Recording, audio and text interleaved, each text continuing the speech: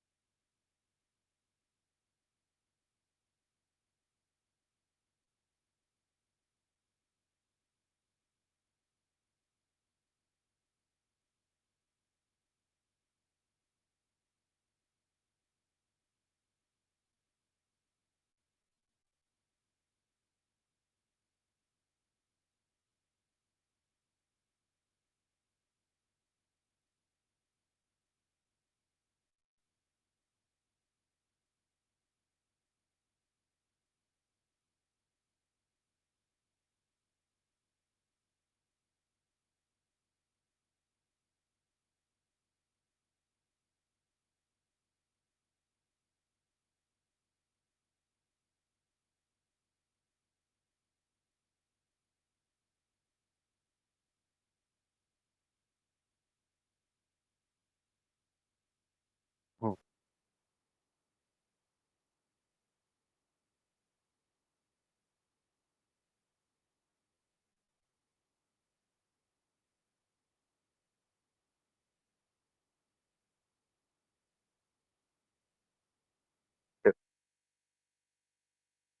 तो हम क्या कर सकते हैं बेटे, इसको सॉल्व करने के लिए कि आप इसको फोल्ड कर दो पूरे को, है ना? फोल्ड कर दो मतलब इस ऊपर वाले को इधर ले आओ। भाई एक ही तो जैसे हैं, तो क्या हो जाएगा?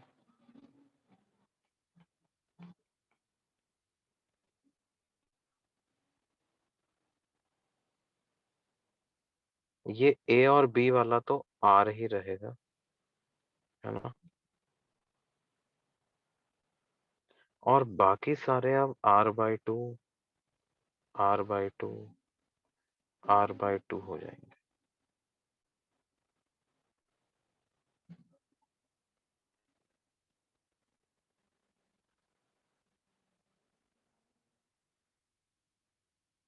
ऐसे हो जाएंगे क्या, नहीं हो जाएंगे बच्चे?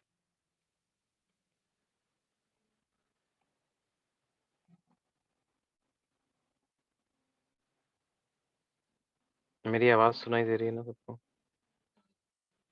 Yes sir. अब देखो ये जो आर आ रहा है ना, ये ये सिमेट्री को डिस्टर्ब कर रहा है।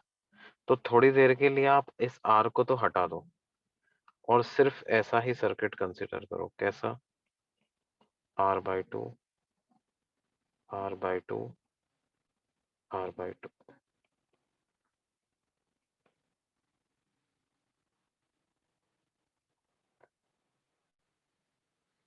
फिर ये r/2, ये r/2, ये r/2।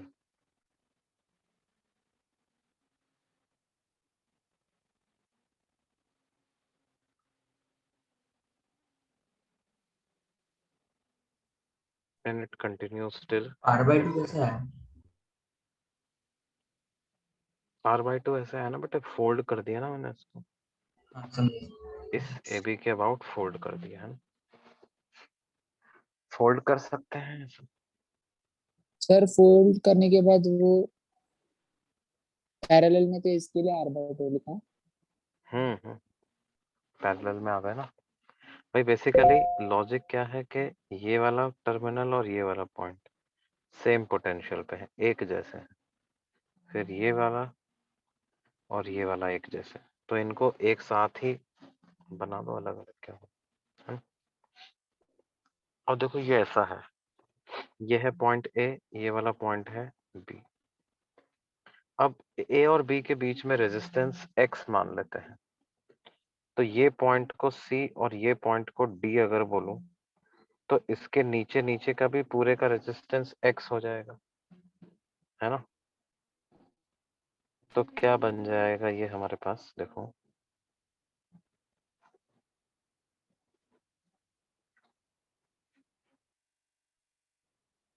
ये हमारे पास क्या बन जाएगा वो देखते हैं।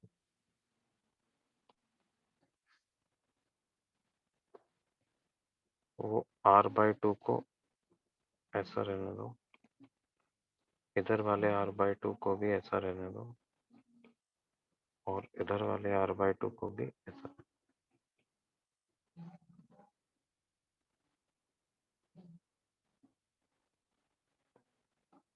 ये r/2 को एज इट इज रहने दिया, इसको एज इट इज, इसको एज इट इज। इसके नीचे नीचे का पूरा जो है उसको x बोल देता हूँ।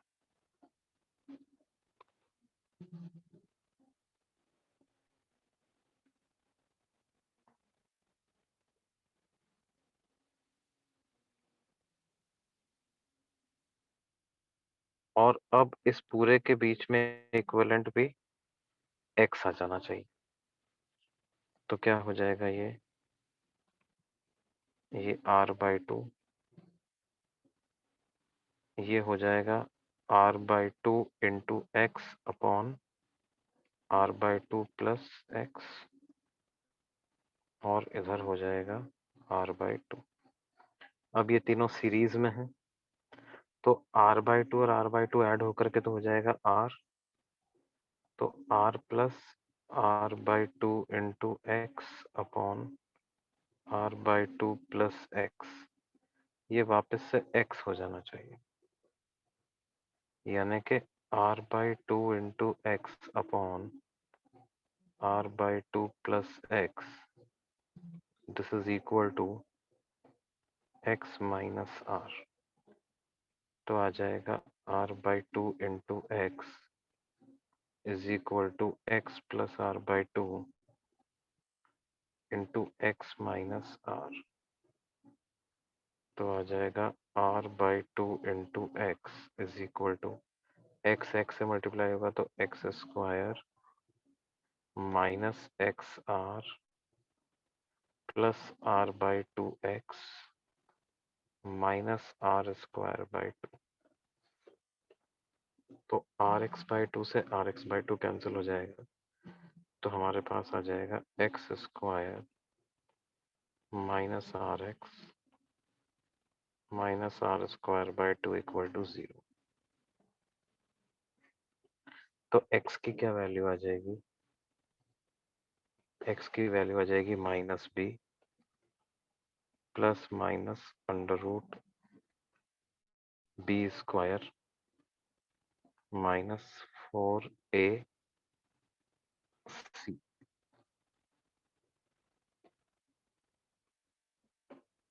Divided by 2a, that is 2। तो x हो जाएगा r प्लस माइनस √ ये 2 कैंसिल हो जाएगा, तो यहाँ हो जाएगा 3r²/2। तो x की वैल्यू हो जाएगी r प्लस √3r/2।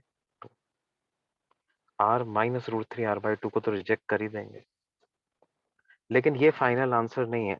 इन रेजिस्टर्स का एक साथ ही हमने अलग कर दिया था। कौन सा वाला? ये वाला।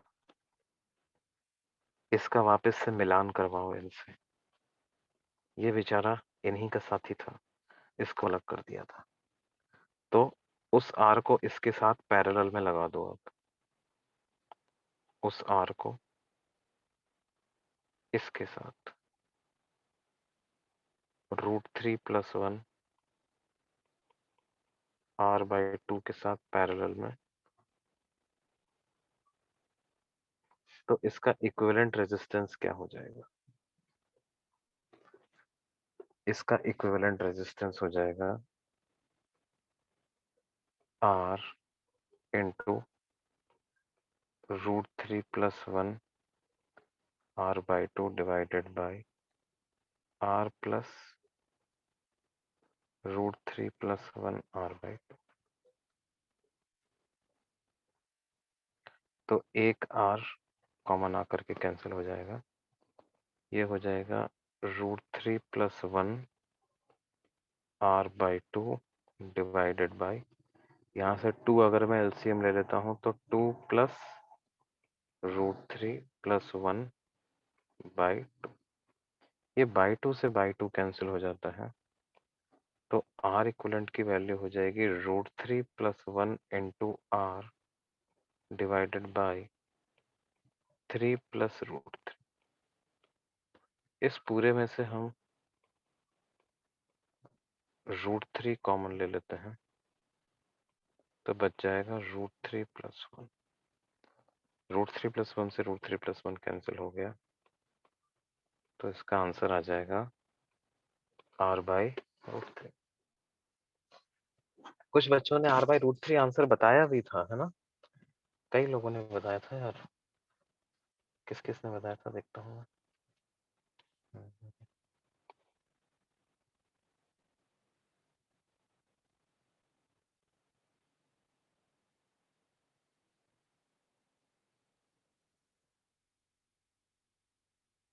r/√3 एक बच्चे ने बताया था, एक नहीं बताया था बस।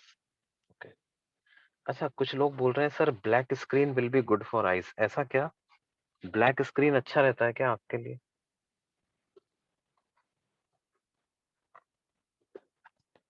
तो ब्लैक स्क्रीन पे पढ़ाऊं मतलब यूं?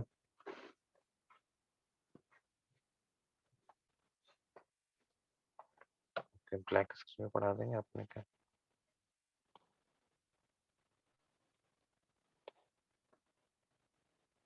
ओके।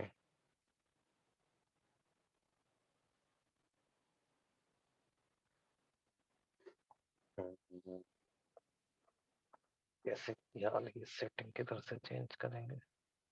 किसी को करना आता है तो बताओ यार मेरे को। सर ब्लैक पेज ले लो ना। मतलब इसके बाद वाला पेज ना, ये तो वाइट ही रहेगा अभी, है ना? हाँ, इसके बाद से कर दो। Okay okay okay.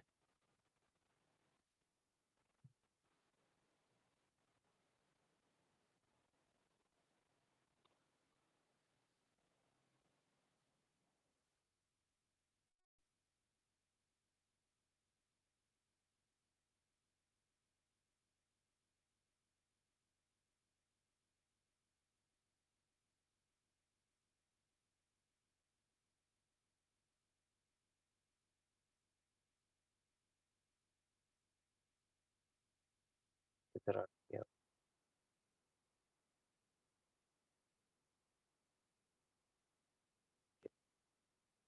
अब इस पे लिखूं किससे? मैं वाइट से लिखूं?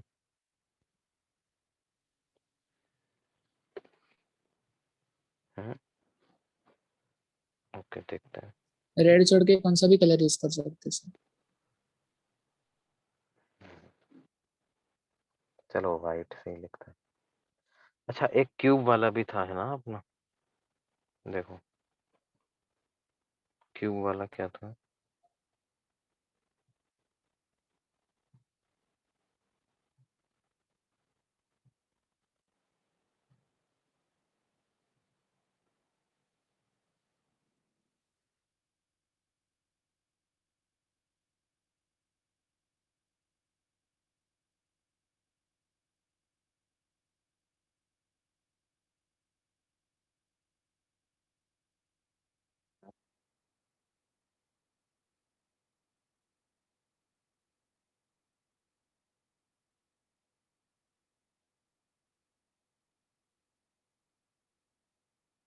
अब मैंने ये डी और सी वाला बच रहा था, डी और सी वाला बच रहा था। तो बोलो बच्चों कैसे करें इसको।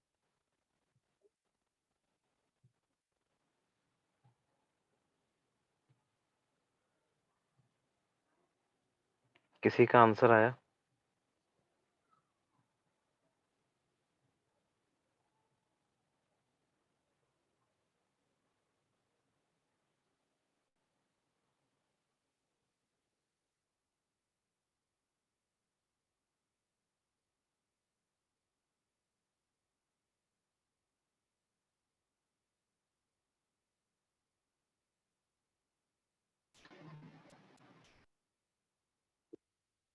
देखो यहां से मान लेते हैं आई करंट फ्लो हो रहा है, यहां से आई करंट फ्लो हो रहा है। तो अब देखो ये वाली ब्रांच तो अलग ही है बिल्कुल, है ना? क्या बाकी दोनों एक जैसे हैं क्या?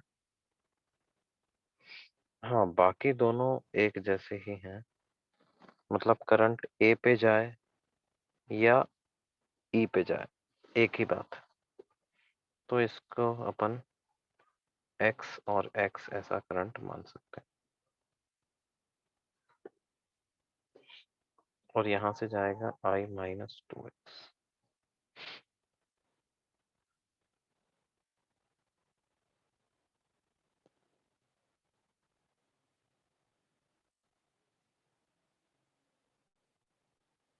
और उधर से जब आएगा तो इधर से x और इधर से x बन के आएगा, यानी कि a और e पॉइंट एक जैसे हैं और b और h पॉइंट भी एक जैसे है ना? तो सर्किट को कैसे बना सकते हैं अपन? ये D है और ये C है, इसको तो अलग रखना ही है। ये रेजिस्टर R है और A और E को अगर मैंने मर्ज कर दिया तो A और E की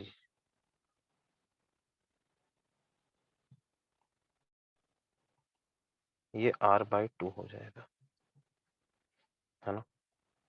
और B और H को भी अगर मर्ज कर दिया तो B, H पर C से R/2 चला जाएगा। ठीक है,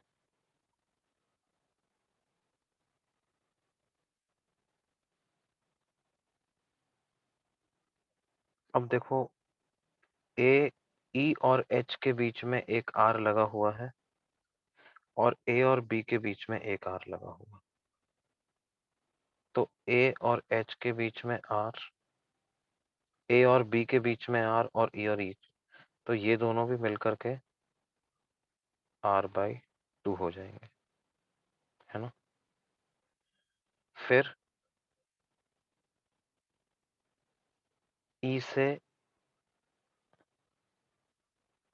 F जाएगा और A से F जाएगा, तो F पर E से भी एक रजिस्टर जाना था और A से भी जाना था, तो दोनों R/2 हो जाएंगे। और B से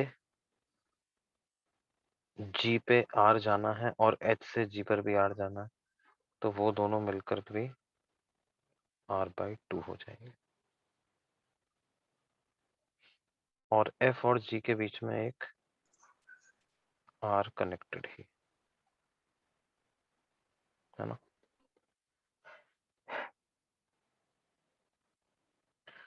अब हमें D और C के बीच में इक्विवेलेंट बताना।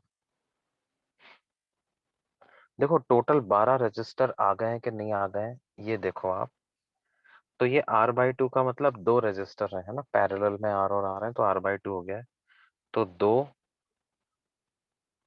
2 4, 2 6, 2 8, 2 10 और 1 11 और 1 12, 12 रजिस्टर आ गए। अब ये ऊपर वाली ब्रांच देखो पूरी की पूरी, क्या ये सीरीज में है क्या बेटे?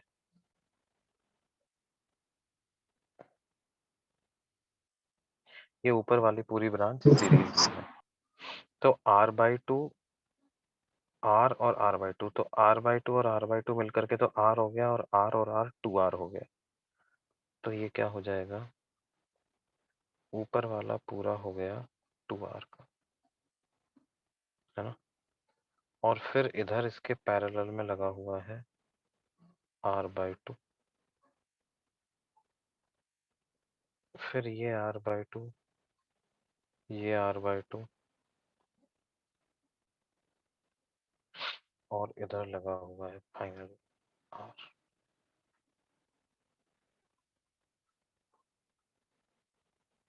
अब ये दोनों पैरेलल में हो गए, तो इनका इक्विवेलेंट हो जाएगा 2r into r/2 upon 2r plus r/2। तो ये कैंसिल हो गया, 2r प्लस r/2 5r/2 हो गया, तो ये आ जाएगा 2r/5। तो ये हो जाएगा कितना, 2r/5, और ये r/2, और ये वाला r/2, और इधर आ रहा है r।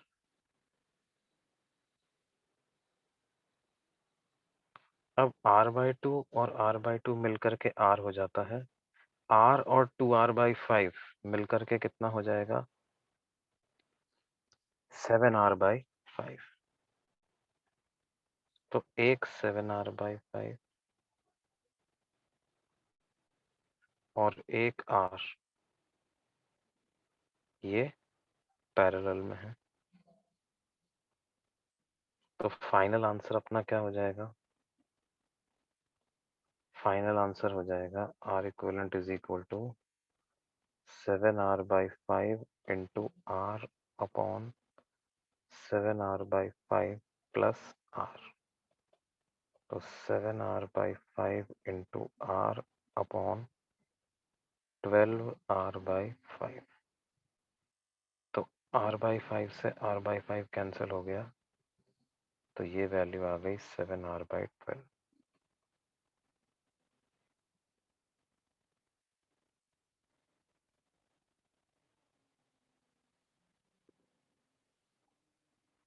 क्या ये बात समझ में आ रही है बच्चों?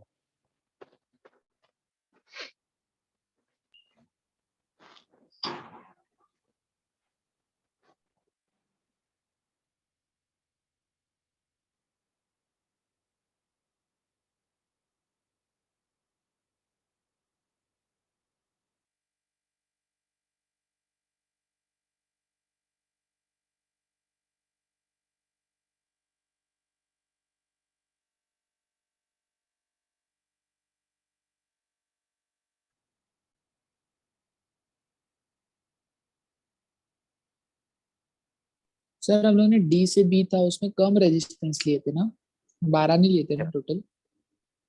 क्या बेटे? सर हम लोग ने वो डी से बी किया था ना, मतलब नीचे वाले स्क्वायर का डायगोनल में किया था, उसमें हम लोग ने कम रेजिस्टेंस लिए थे ना, 12 से कम ही लिए थे ना, क्योंकि दो लाइन हम लोग ने कैंसिल कर दिए थे। हाँ, तो उनमें से करंट नहीं जा रहा था ना, इस वजह से कैंसिल किए थे ना बेटे।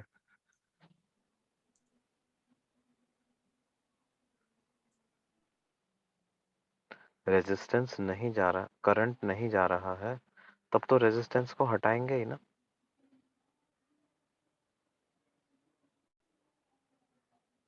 हाँ सर। ठीक है।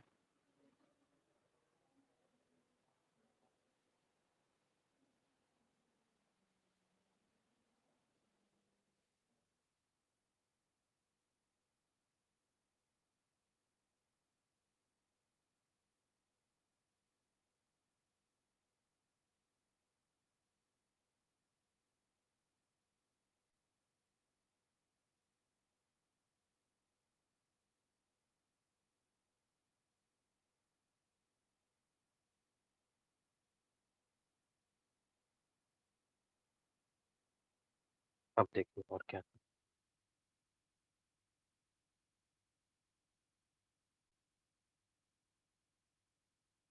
तो ये तो आपका हो गया क्या,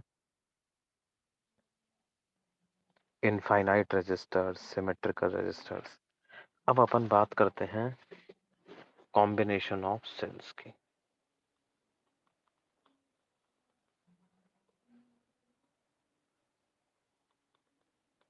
देखो, कॉम्बिनेशन ऑफ सेल्स के ज्यादातर क्वेश्चन बिना कॉम्बिनेशन ऑफ सेल का कॉन्सेप्ट पढ़े भी किए जा सकते हैं, केसीएल केवीएल से भी किए जा सकते हैं, लेकिन very few questions are there जो कि कॉम्बिनेशन ऑफ सेल्स से ही होते हैं। तो अपन इसको पढ़ ही लेते हैं। देखो क्या है, जैसे कॉम्बिनेशन ऑफ रेजिस्टेंसेस पढ़ा था, वैसे ही कॉम्बिनेशन ऑफ सेल्स है। मतलब कई सारे सेल्स को हम एक सेल से रिप्लेस करना चाहते हैं, so that the current in the circuit still remains the same. तो पहला आता है series combination of sales.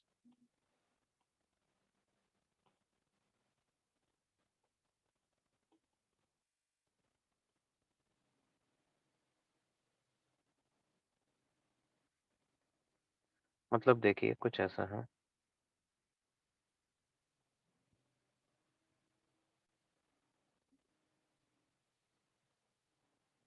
there are some cell having EMF E1, internal resistance R1, E2 R2, E3 R3, E4 R4, and these cells are, let's say, connected across external resistor or some other circuit, है ना। ये एक resistor है, ये कुछ अपने आप में एक बड़ा सर्किट भी हो सकता है। हम चाहते हैं कि इन चारों सेल्स को एक सेल से रिप्लेस कर दें, and still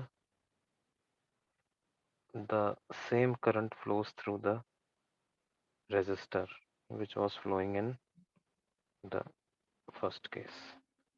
तो उस सेल का जो ईएमएफ है वो मुझे कितना लेना होगा, उसका इक्विवेलेंट इंटरनल रेजिस्टेंस क्या रखना होगा, so that current remains same. हम क्या करें, ये जो लूप बन रहा है इस लूप में केवीएल लगा देते हैं। माइनस प्लस साइन कैसे लगाएंगे वो देख लो। यहाँ आएगा माइनस, यहाँ plus, minus plus minus plus plus minus plus minus.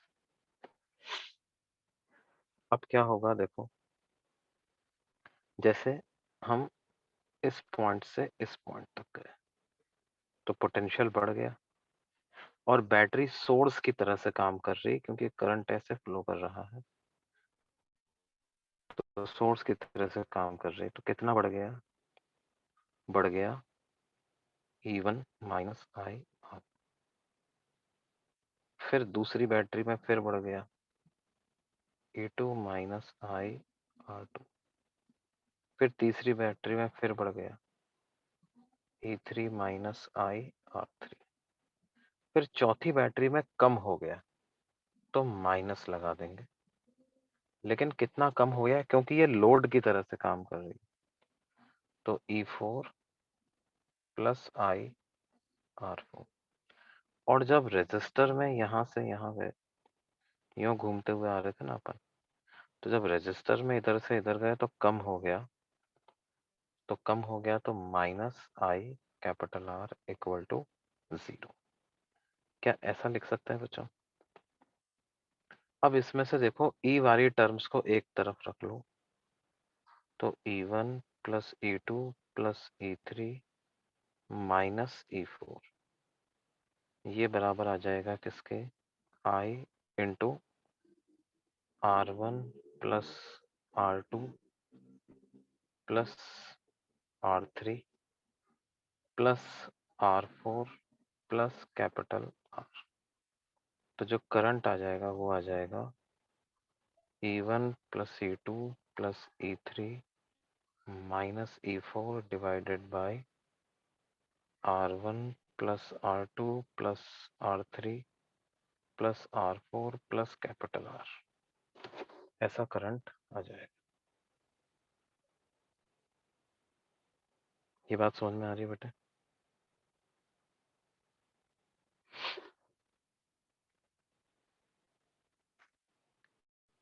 अब अगर एक बैटरी और एक रेजिस्टर होता जैसा कि यहाँ है, तो कितना करंट फ्लो होता? I is equal to E equivalent upon R equivalent plus capital R, इतना करंट फ्लो होता। इन दोनों इक्वेशन को कंपेयर करो आप, तो E इक्विवेलेंट की क्या वैल्यू आ गई? E1 plus E2 plus E3 minus E4, और R इक्विवेलेंट की क्या वैल्यू आ गई? R1 plus R2 plus R3 plus R4। देखो, जो बैटरी अपोजिट पोलैरिटी की लगी हुई थी, है ना, सारी बैटरी में से सेम करंट आपको भेजना है, तो जो सेम पोलैरिटी में जो सोर्स की तरह से काम कर रही हैं उनके ईएमएफ को पॉजिटिव मान लो। तो ये सोर्स, ये सोर्स, ये सोर्स, और ये वाली एक्ट कर रही है लोड, तो इसका माइनस आ जाएगा। तो E1 plus E2 plus E3 minus E4, जो सोर्स की तरह से काम कर रही है उनका ईएमएफ पॉजिटिव, जो लोड की तरह से काम कर रही है उसका ईएमएफ नेगेटिव, वो सब्ट्रैक्ट हो जाएगा। लेकिन इक्विवेलेंट इंटरनल रेजिस्टेंस निकालते समय सबका रेजिस्टेंस को ऐड ही करना है, तो R1 plus R2 plus R3 plus R4 ऐसा हो जाएगा। क्या ये बात समझ में आती है बच्चों? Yes sir.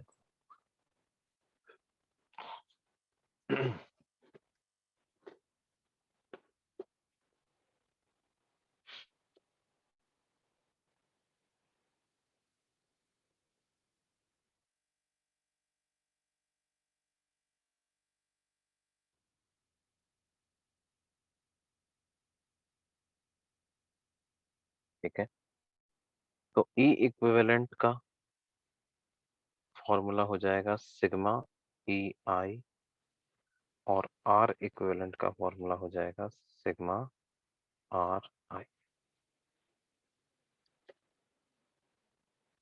है ना। Assume some direction of current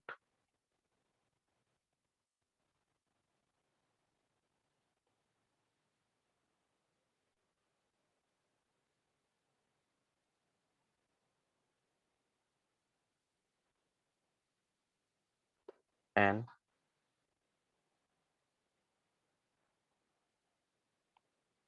EMF of those batteries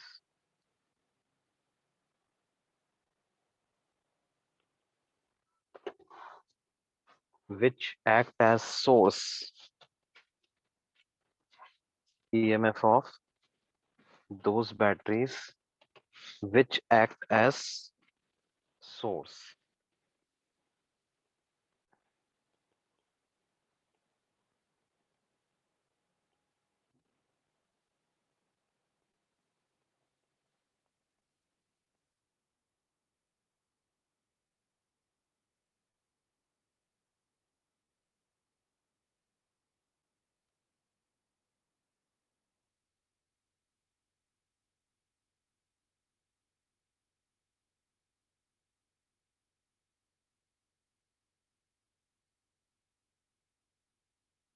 उनकी डायरेक्ट उसके ईएमएफ को पॉजिटिव ले लेना, है ना।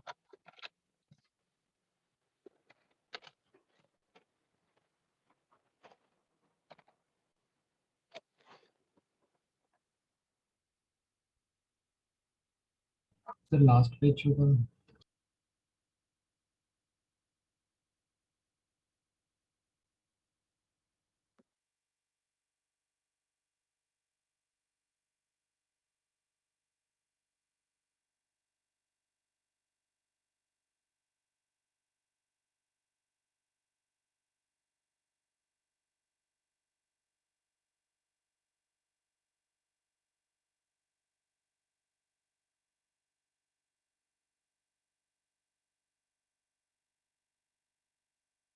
Done sir.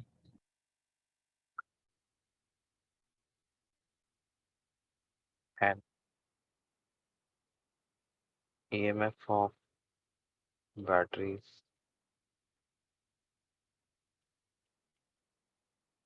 acting as load for the assumed direction of current.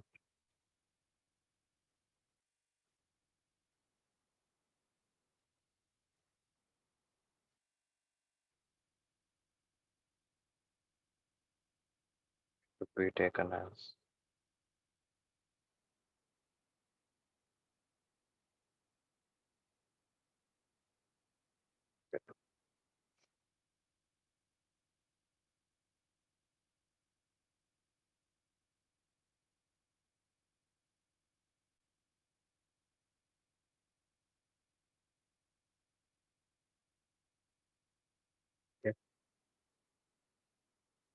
अगर आइडेंटिकल बैटरीज हैं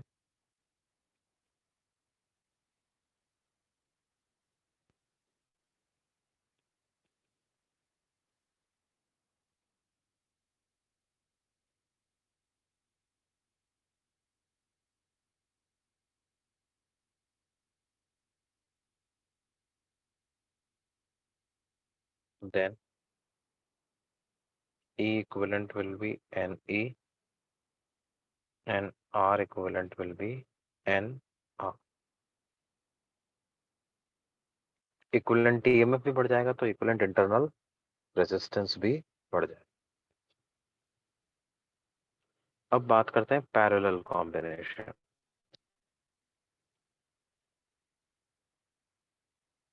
सर कॉपी कर ले लास्ट क्या बोल रहे हो बेटे? लास्ट पेज कॉपी कर ले. हाँ हाँ हाँ कर लो.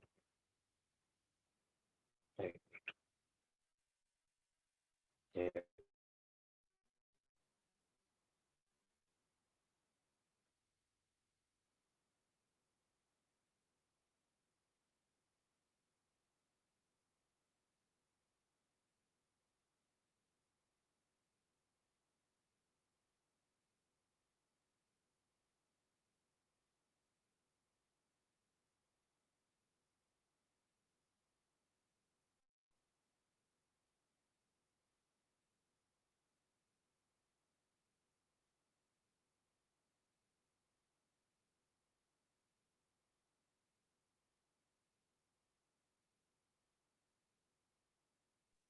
Done sir.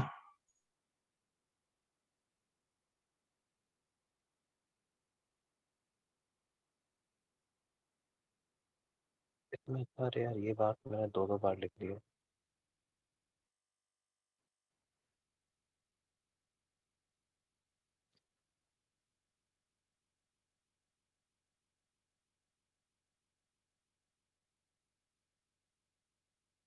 Parallel combination of sales की बात करते हैं.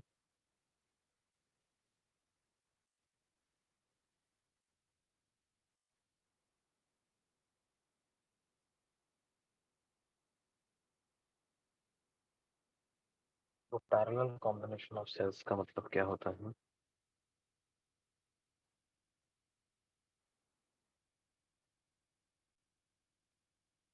E1 R1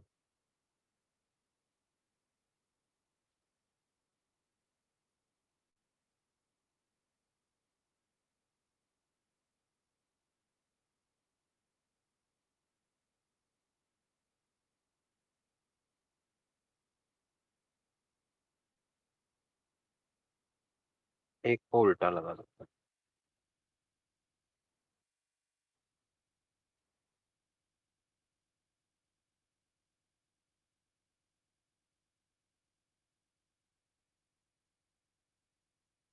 और इनके साथ मैंने इनके अक्रॉस कोई रेजिस्टर लगा दिया. अब मैं क्या ढूंढ रहा हूँ? एक ऐसा सेल ढूंढ रहा हूँ. एक सेल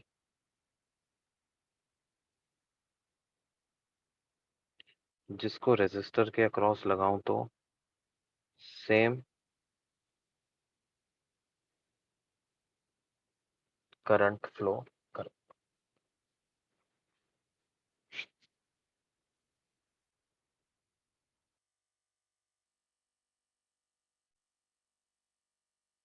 है ना? इधर आई करंट फ्लो कर रहा था तो इधर भी आई है current.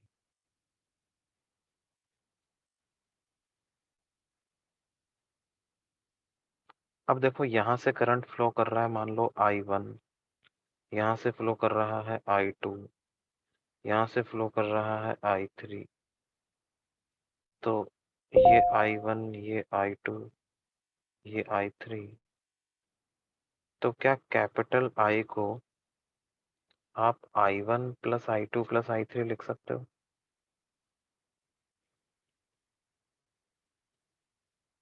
Yes sir.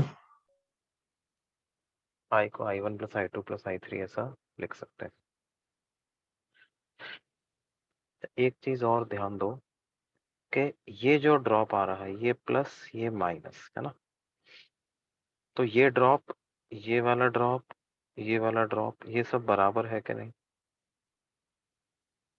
Yes sir. तो आई आर को मैं E1 माइनस I1 R1 ऐसा लिखता हूँ, है ना। तो यहाँ से I1 R1 की क्या वैल्यू आ जाएगी? E1 minus IR। तो I1 की वैल्यू आ जाएगी E1 minus IR divided by R1।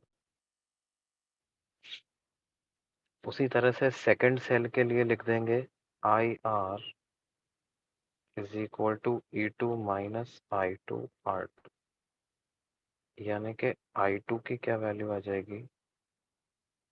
E2 minus IR divided bye R2। और तीसरे केस में देखो, तीसरे केस में क्या है, ये प्लस है और ये माइनस है ना। तो जो ड्रॉप है वो E3 प्लस I3 R3 के बराबर है, लेकिन इसको IR ना लिख करके माइनस IR लिखना पड़ेगा, है ना, क्योंकि रजिस्टर में तो ये प्लस है और ये माइनस है। लेकिन इस बैटरी में आप इसको प्लस और इसको माइनस बोलोगे, क्योंकि ये बड़ी लाइन है और ये छोटी लाइन है ना। तो ये ऐसा हो जाए। ये बात समझ में आ रही है बेटे?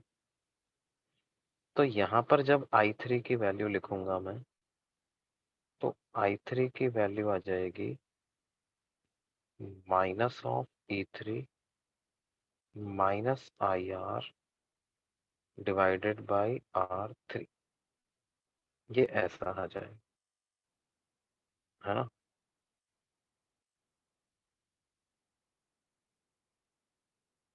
ये पेज यहाँ कैसे आ गया? ये ऐसा आ गया। ठीक है बच्चों, ये I1 आ गया, ये ऐसा I2, ये I3। अब कैपिटल I बराबर है I1 plus I2 plus I3।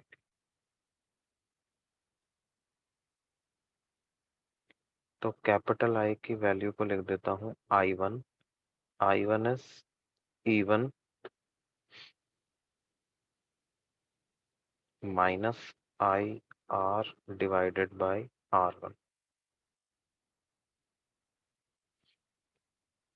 या इसको ऐसे लिख लो E1 by R1 minus IR by R। Sorry sorry sorry, ये पूरा प्लस में आ गया।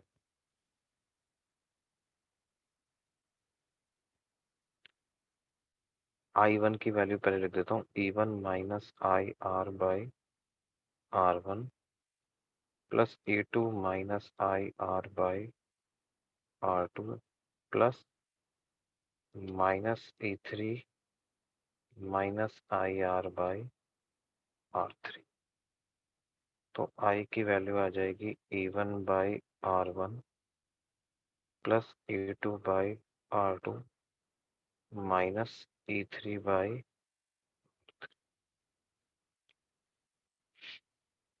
Minus IR into 1 by R1 plus 1 by R2 plus 1 by R3। अब क्या है, इस आई आर को हम लेफ्ट में ले जाए, तो आई इधर आ गया और हमारे पास बन गया 1 plus R into 1/r1 plus 1/r2 plus 1/r3, और ये किसके बराबर आ गया है, E1/r1 plus E2/r2 minus E3/r। तो I की क्या वैल्यू आ जाएगी, I की वैल्यू आ जाएगी E1/r1 plus E2/r2 minus E3/r3 divided by 1 plus R into 1/r1 plus 1/r2 plus 1/r3। आप न्यूमरेटर और डिनोमिनेटर को क्या करो, 1/r1 plus 1/r2 plus 1/r3 से डिवाइड कर दो, तो न्यूमरेटर में पता है क्या आ जाएगा, E1/r1 plus E2/r2 minus E3/r3 divided by 1/r1 plus 1/r2 plus 1/r3, और डिनोमिनेटर में क्या आ जाएगा, इस पूरे के डिनोमिनेटर में 1 upon 1/r1 plus 1/r2 plus 1/r3 plus capital R।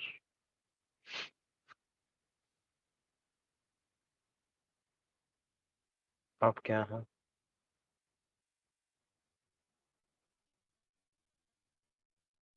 ये अब ये न्यूमरेटर क्या हो जाएगा, what will be this numerator, ये न्यूमरेटर E इक्विवेलेंट हो जाएगा, ये कैपिटल R और ये पूरा R इक्विवेलेंट। क्यों हो जाएगा कि नहीं ऐसा बेटे? Yes, sir.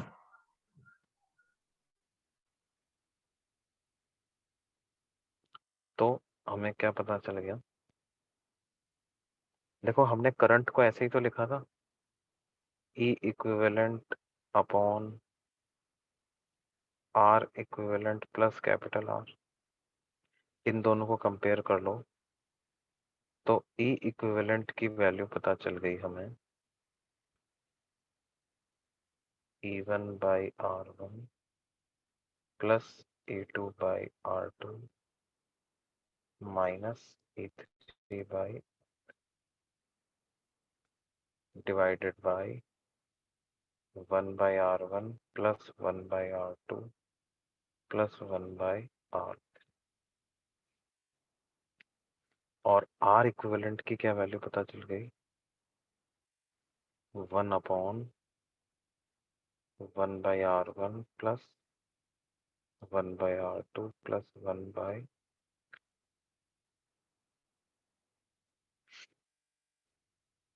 ये बात समझ में आती है बेटे? ये हमें फॉर्मूले के रूप में याद रखना है। सर वो ऊपर वाले पेज के लास्ट स्टेप में आपने क्या किया? क्या बोल रहे हो बेटे? सर वो ऊपर वाले पेज के लास्ट स्टेप में आपने क्या किया? इसमें ये हाँ सर। वाला स्टेप, यहाँ से यहाँ हाँ सर। मैंने क्या किया, न्यूमरेटर और डिनोमिनेटर दोनों को इस वाली टर्म से डिवाइड कर दिया, हाँ तो सर समझ गया। न्यूमरेटर में भी नीचे आ गया 1/r1 प्लस 1/r2 प्लस 1/3, इस पूरे को इससे डिवाइड किया, तो 1 अपॉन ये पूरी क्वांटिटी आ गई, तो 1 अपॉन 1/r1 प्लस, और यहाँ से 1/r1 प्लस 1/2 प्लस 1/3 कैंसिल होकर के कैपिटल R बच गया, समझा क्योंकि मैं एक्चुअली इस फॉर्म में कन्वर्ट करना चाहता था ना इसको, इस फॉर्म में कैपिटल R प्लस समथिंग लाना चाहता था। अरे, समझ में आई बात? हाँ सर। Yes, sir.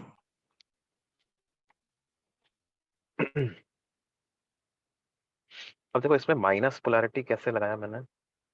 देखो इसमें क्या है भाई, जैसे सर्किट में देखो, ये E1 वाली जो बैटरी है, इसमें लेफ्ट हाई टर्मिनल, लो राइट वाला लो टर्मिनल, लेफ्ट में हाई राइट में लो, और इसमें उल्टा है, लेफ्ट में लो राइट में हाई, है ना।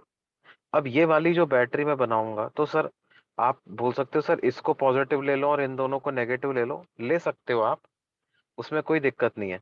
लेकिन फिर जो ई इक्विवेलेंट बनाओगे ना, उसकी पोलैरिटी इसके जैसी बनाओगे जो आपने पॉजिटिव लिया है, समझ रहे हो।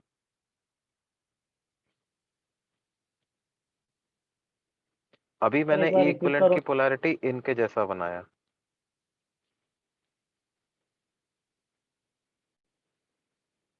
क्योंकि मैंने E1 और E2 को पॉजिटिव माना है, तो ई इक्विवेलेंट को इनके जैसा बनाया। अगर इसको पॉजिटिव मानता और इन दोनों को नेगेटिव नेगेटिव मानता, तो फिर ई इक्विवेलेंट में इसके जैसा बनाता, सर्किट को यूं बनाता। समझ रहे हो बात। सर E1 बैटरी हुए तो? क्या बोल रहे हो बेटे। सर 4 बैटरीज हुए तो? 4 बैटरी दिया है तो, हाँ तो जो जो का सेम पोटेंशियल है उसको पॉजिटिव, जिसका अपोजिट पोलैरिटी में कनेक्टेड है उसको नेगेटिव। सर इक्विवेलेंट का पोलैरिटी तो साइन पे डिपेंड करता है। क्या क्या बोल रहे हो बेटे। इक्विवेलेंट का पोलैरिटी तो साइन पे डिपेंड करता है। इक्विवेलेंट की पोलैरिटी का साइन वही लोग जिसको पॉजिटिव लिया है ना तुमने, तुम क्या करोगे, जब तुम्हें कुछ बैटरीज दी जाएंगी तो किसी को पॉजिटिव किसी को नेगेटिव बोलोगे ना, तो जिसको तुमने पॉजिटिव बोला है इक्विवेलेंट का भी पोलैरिटी वैसा ही लगाओ, पॉजिटिव वाले के जैसा।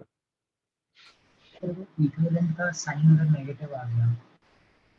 हाँ तो उल्टा लगा दो, नेगेटिव आ गया है तो उतना नेगेटिव ईएमएफ, यानी उल्टा कर दो उसका, है ना। जैसे मैं एग्जांपल लेता हूँ यार, तुम्हें समझ में आ जाए, तुम परेशान हो रहे हो, देखो बहुत सिंपल सी बात है, बहुत छोटा सा मसला है। देखो क्या, मानो कि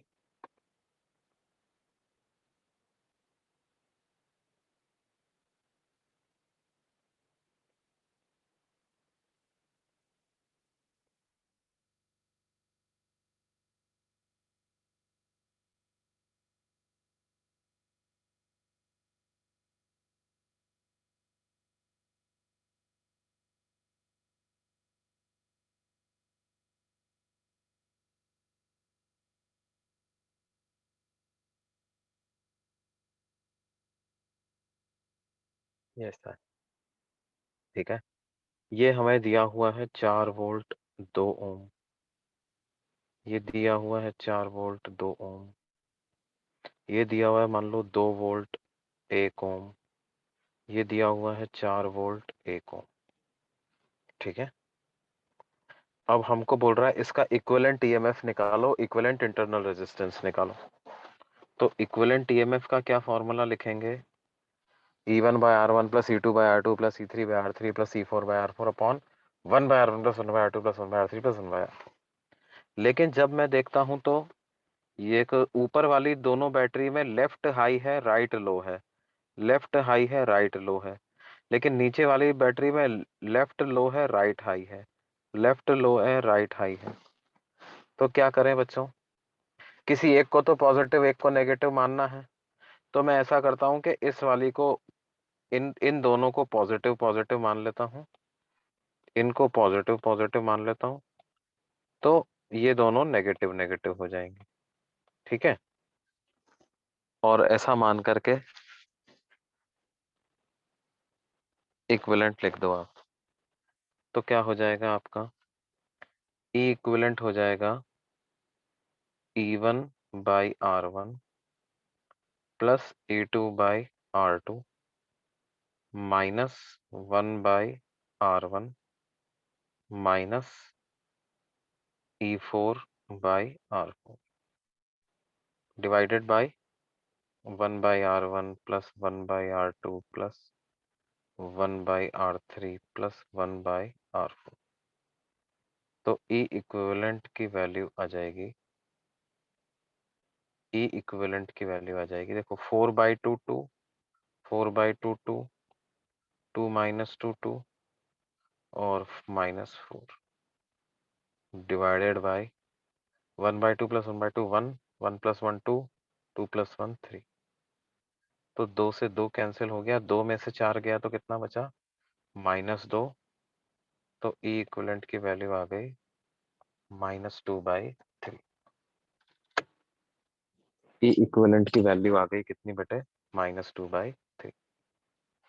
अब -2/3 आ गई है, मतलब जिन बैटरी को हमने नेगेटिव माना था उनके जैसा E इक्विवेलेंट आ गया है। तो E इक्विवेलेंट को इसके जैसा बना दो साहब, है ना।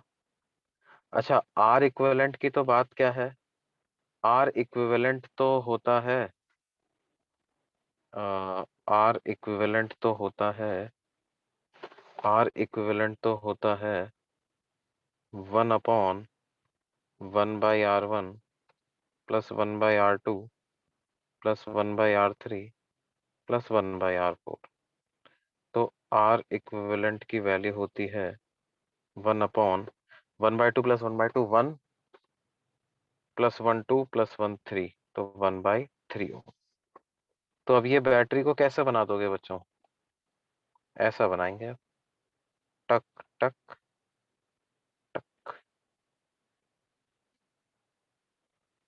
और अब इसको लिखेंगे 2/3 वोल्ट कॉमा 1/3 ओम। समझ में आई बात बच्चों, Yes. क्यों भाई। Yes, sir.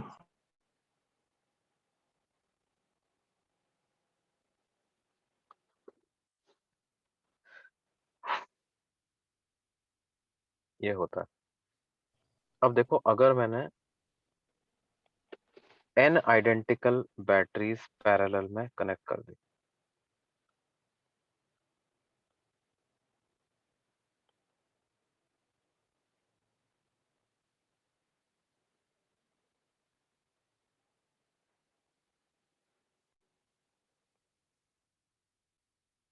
n identical batteries connected in parallel, तो क्या होगा, E इक्विवेलेंट उनका E1/R1 plus E2/R2 up to E/R, n बार आएगा ऐसा, divided by 1/R plus 1/R, ये भी n बार आएगा। तो n E/R divided by n/R, तो n/R से n/R कैंसिल, तो इक्विवेलेंट ईएमएफ E ही आ जाएगा। और R इक्विवेलेंट कितना होगा, 1/1/R प्लस 1/R n बार, 1/n/R, तो ये वैल्यू आ जाएगी R/n, है ना। इक्विवेलेंट ईएमएफ तो E ही आ जाएगा, लेकिन इक्विवेलेंट इंटरनल रेजिस्टेंस R/n आ जाएगा।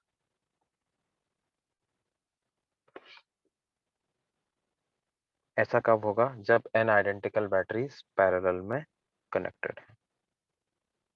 ठीक है बेटे, और देखो,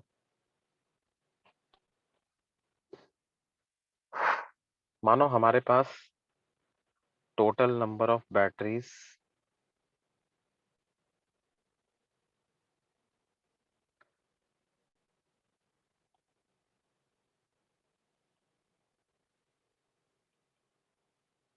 आर इक्वल टू n, है ना, and they are to be connected in a grid network containing k rows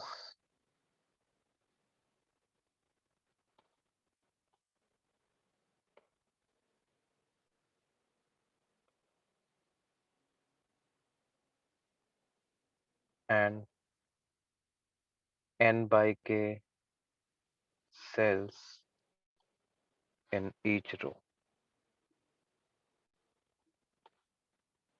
ठीक है, कैसे?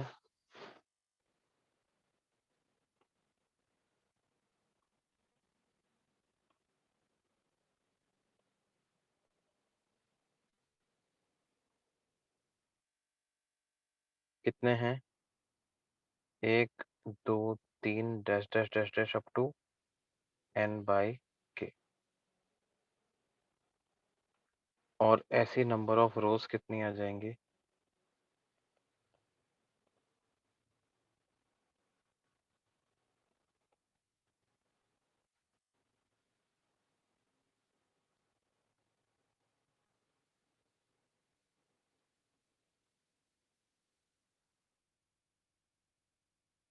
ऐसी नंबर ऑफ रोज आ जाएंगी 1 2 3 अप टू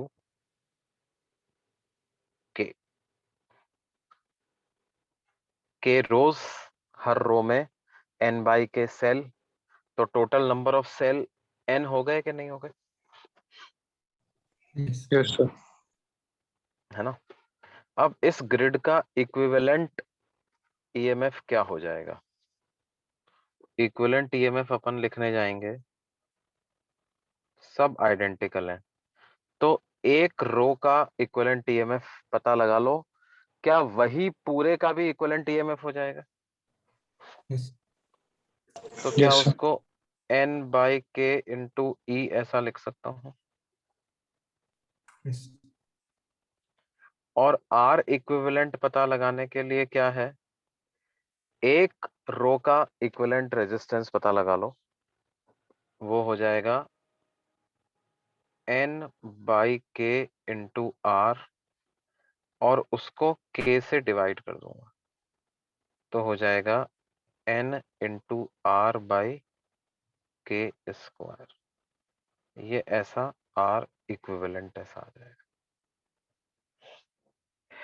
तो E इक्विवेलेंट इतना आ जाएगा, R इक्विवेलेंट इतना आ जाएगा, है ना?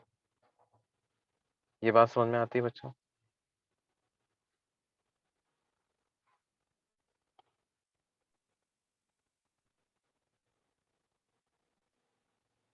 Yes, sir. R इक्विवेलेंट कैसे निकाला?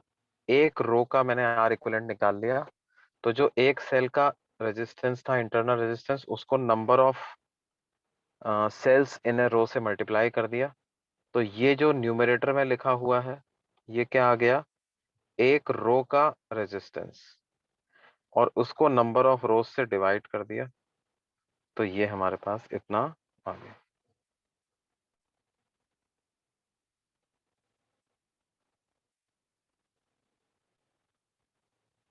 है ना? तो ये R इक्विवेलेंट इतना।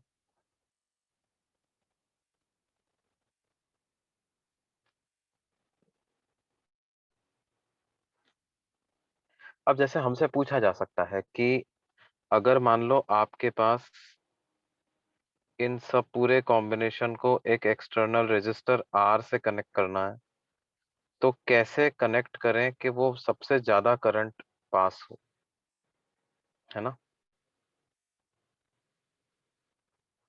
तो करंट जो पास होगा वो कितना पास होगा? E equivalent upon R equivalent plus capital R, तो वो हो जाएगा कितना? E इक्विवेलेंट को कितना लिखेंगे हम? E into n by k divided by R equivalent को हमने कितना लिखा? R n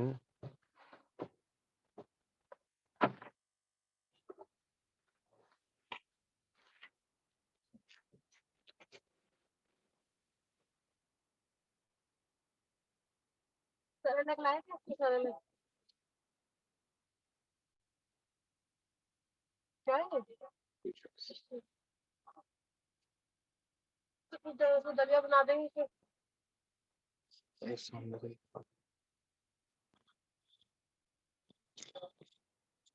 ये सामने से ले आता हूँ। हाँ, आओ बैठ जाओ। अच्छा,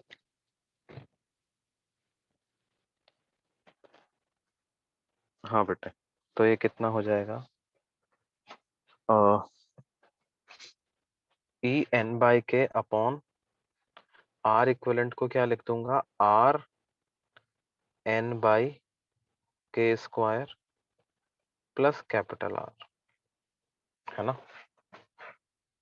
अब मुझे क्या करना है? मुझे के फाइंड करना है। फाइंड के so that I is maximum। और क्या क्या कांस्टेंट है? कैपिटल एन कांस्टेंट है, आर कांस्टेंट है, capital R constant EMF constant है ना? कैपिटल एन कांस्टेंट है का मतलब क्या है? Total number of cell constant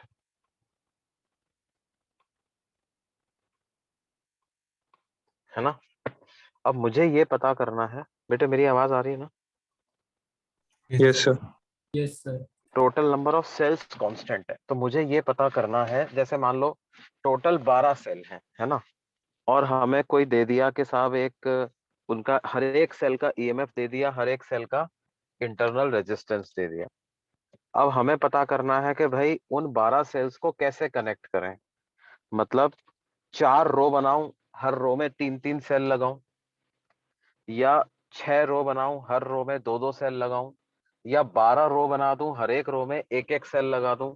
मतलब कैसे कनेक्ट करूं ताकि एक जो गिवन रेजिस्टेंस है कैपिटल आर, उसमें से मैक्सिमम करंट चला जाए। आई बात समझ में? Yes sir. अब क्या है?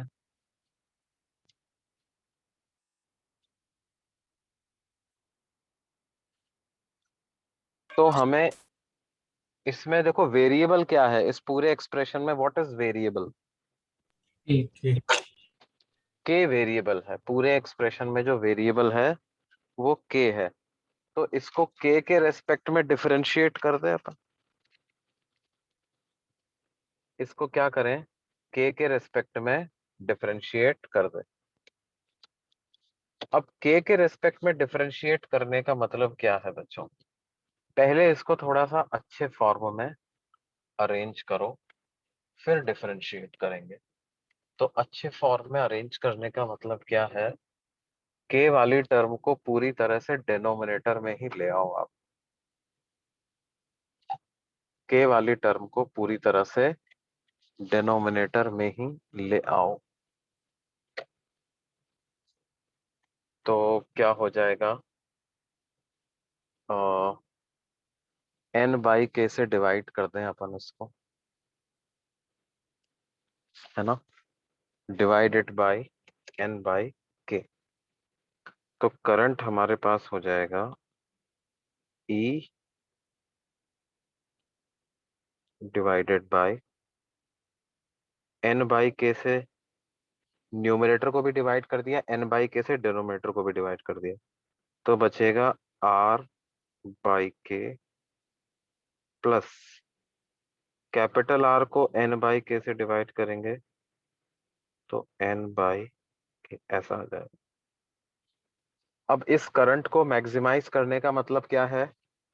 डिनोमिनेटर को मिनिमाइज करना, है ना? तो डिनोमिनेटर को y मान लो, y is equal to R by K plus R K by N.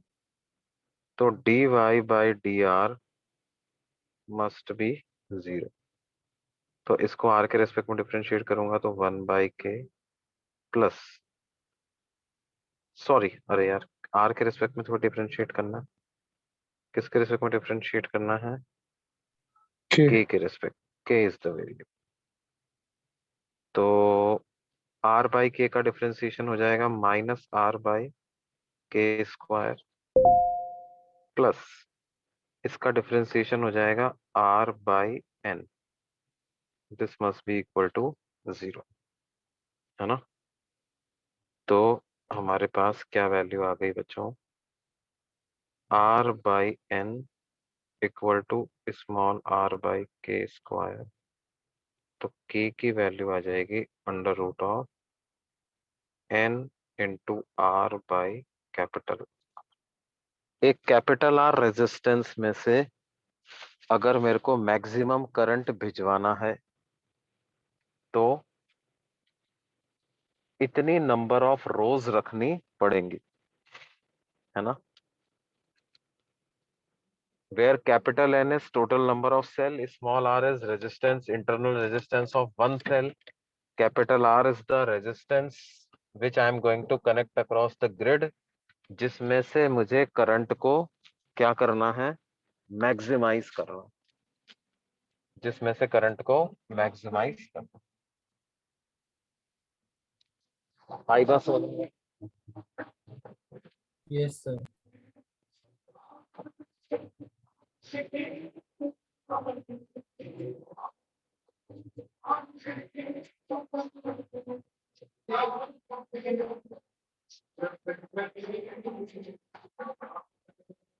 ये नोट कर लिया।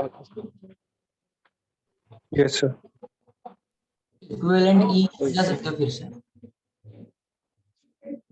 तो ये कॉम्बिनेशन, हाँ बेटे क्या बोल रहे हो? इक्विवेलेंट ई ये फिर से समझा सकते हो कैसे लिया आपने?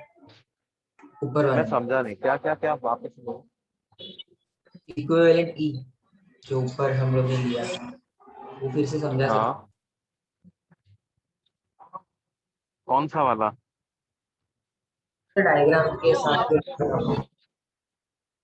ये वाला। हाँ सर। ये इक्विवेलेंट ही कैसे आया? देखो मैंने क्या कहा था, देखो आप एक एक रो का इक्विवेलेंट बताओ। एक रो का equivalent क्या? एक रो का इक्विवेलेंट ईएमएफ हो जाएगा एन बाई के इंटू ई। हाँ सर। एन बाई के सेल है, हर एक का ईएमएफ ई बाई के इंटू ई हो जाएगा, है ना। और कई सारे सेल्स जब पैरेलल में लगे हुए होते हैं तो सबका जो एक का इंटरनल रेजिस्टेंस होता है वही पूरा आ जाता है क्या? हाँ सर। देखा, पैरेलल में अपन ने पढ़ा था ना, ई इक्विवेलेंट ई ही आ जाता है। N identical batteries connected in parallel, समझा सर। हाँ पूरे का इक्विवेलेंट ईएमएफ ई के बराबर है। तो यहाँ पर क्या होगा, जो एक रो का इक्विवेलेंट ईएमएफ होगा वही पूरी ग्रिड का इक्विवेलेंट ईएमएफ होगा। समझ गया सर, समझा। ठीक है बच्चों, अब बाकी हम अगले क्लास में कंटिन्यू करेंगे, है ना। आप ये कॉम्बिनेशन ऑफ सेल्स वाला सेक्शन भी आप कंप्लीट कर सकते हो, मतलब कि सेक्शन ई, है ना। Section E.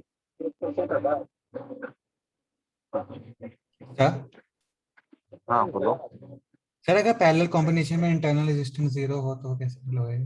क्या क्या बोल रहे हो? पैरेलल कॉम्बिनेशन में इंटरनल रेजिस्टेंस 0 हो सकती तो कैसे सॉल्व होएगा? तो फिर जो इक्विवेलेंट ईएमएफ होगा वो किसके बराबर हो जाएगा? जिस बैटरी का इंटरनल रेजिस्टेंस 0 है ना, उसके बराबर का ही इक्विवेलेंट ईएमएफ।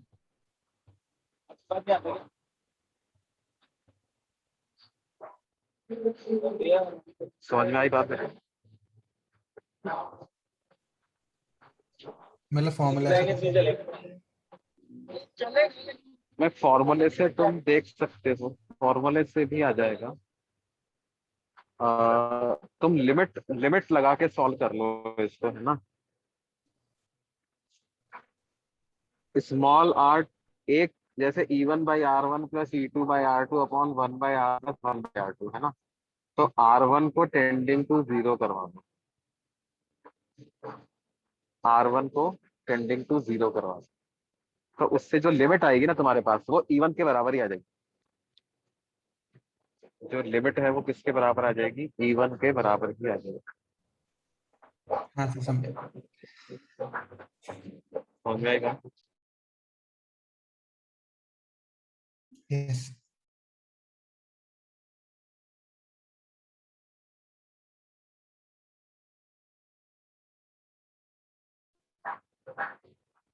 ठीक है बच्चों, बाकी फिर हम अगली क्लास में कंटिन्यू करते हैं। Bye everyone. Bye sir.